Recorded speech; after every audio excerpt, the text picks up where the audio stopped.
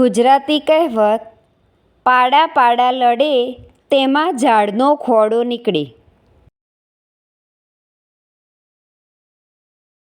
પાડા પાડા લડે તેમાં ઝાડનો ખોડો નીકળે.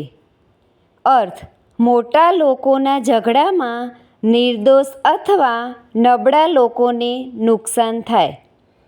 વાક્ય: કંપનીના માલિકો વચ્ચેના મતભેદને કારણે કર્મચારીઓની નોકરી જોખમમાં આવી ગઈ. પાડા પાડા લડે તેમાં ઝાડનો ખોડો નીકળે.